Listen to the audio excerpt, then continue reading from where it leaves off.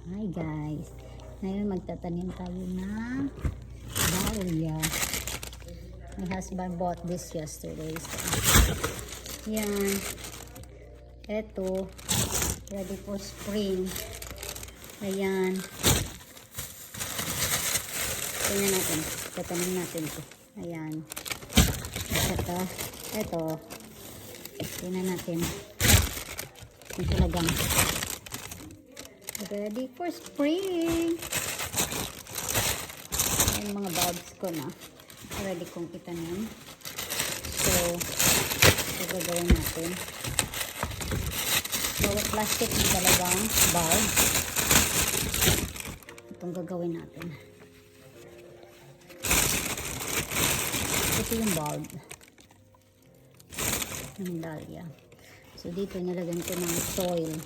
Saka ready ko yan dito. Saka ganyan. Tapos ko siya ng lupa.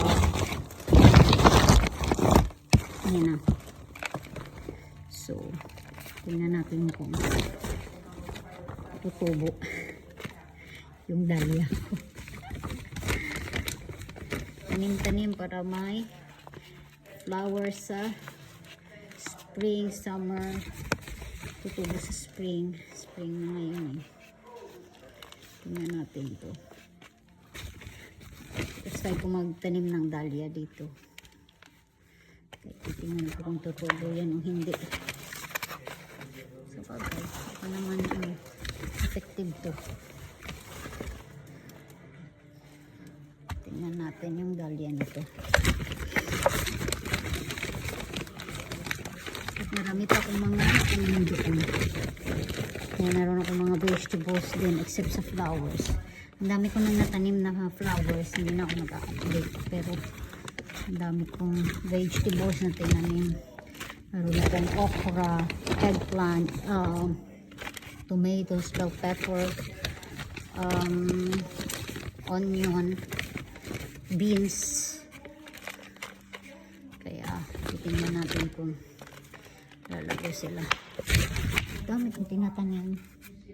Kanina nag work ako part-time. So after work magtatanim.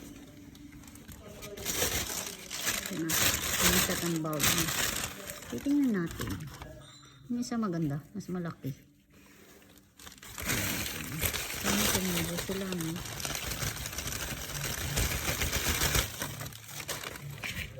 Sana talaga. Lagay ko to. Parang vitamins ata ito.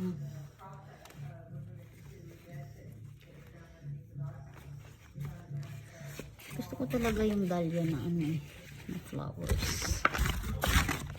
Kaya yung husband ko kahapon bumili ng mga bulbs. Tapos bibigyan ako ng flowers. Binigyan niya ako ng flowers. Ayan. Pinila niya ako. Kita ko lang. Tagal na akong walang yung dog ko. Ayan. Mahilig ako sa flowers. May tomato. Ay, may tomato. May potato pala yung husband ko na tinanim. Ayan. O lumalago na. Itong dalawang bulbs. Kung ano niya. Pagod ako. Pagod ako today. I'm tired today. Alam niyo ba yung pinagagawa ko? Nag-part-time ako dun sa shop ng father-in-law ko.